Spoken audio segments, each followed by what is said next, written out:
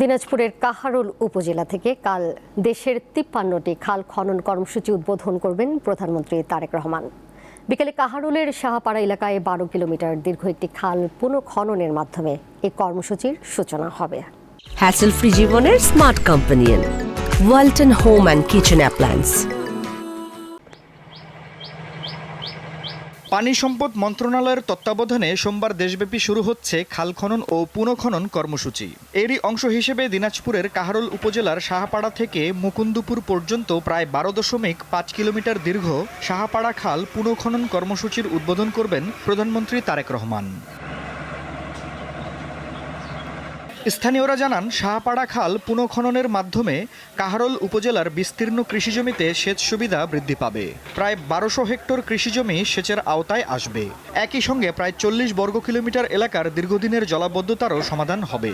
এখন যদি নদী খনন হয় তাহলে এখন পুরা ফুল পানি বৃষ্টি বাইরে হবে আর কি, মেশিনের সেচ পানি।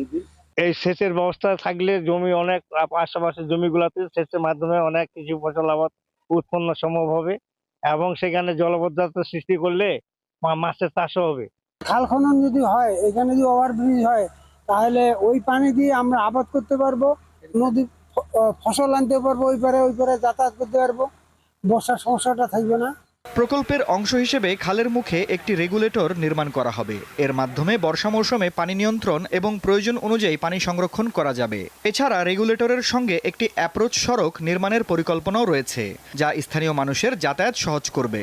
এখানে প্রায় ৩.৫ লক্ষ মানুষ এখানে সরাসরি এই খাল খনন প্রক্রিয়া থেকে খাল খননের পরবর্তীতে এই পানিটাকে ব্যবহার করে তারা শুষ্ক মৌসুমে এবং বর্ষাকালে অতিরিক্ত পানির থেকে বন্যা অথবা পানির জন্য জলাবদ্ধতার থেকে নিজেদেরকে রক্ষা করতে পারবে। আগামী ১৬ তারিখ ইনশাল্লাহ মাননীয় প্রধানমন্ত্রী এই কাহারোলের এই শাহপাড়া যে খাল, এই খাল পুনর্খনন উদ্বোধনের মাধ্যমে এই কর্মসূচির শুভ সূচনা করবেন এবং একই সাথে বাংলাদেশের ৫৩টি এলাকায় জেলায় আমাদের এই কর্মসূচি একই দিনে শুরু হবে। প্রকল্পটি বাস্তবায়িত হলে কাহারোল উপজেলার রামচন্দ্রপুর ও মুকুন্দপুর ইউনিয়নের কয়েক হাজার কৃষক উপকৃত হবেন বলে মনে করছেন সংশ্লিষ্টরা।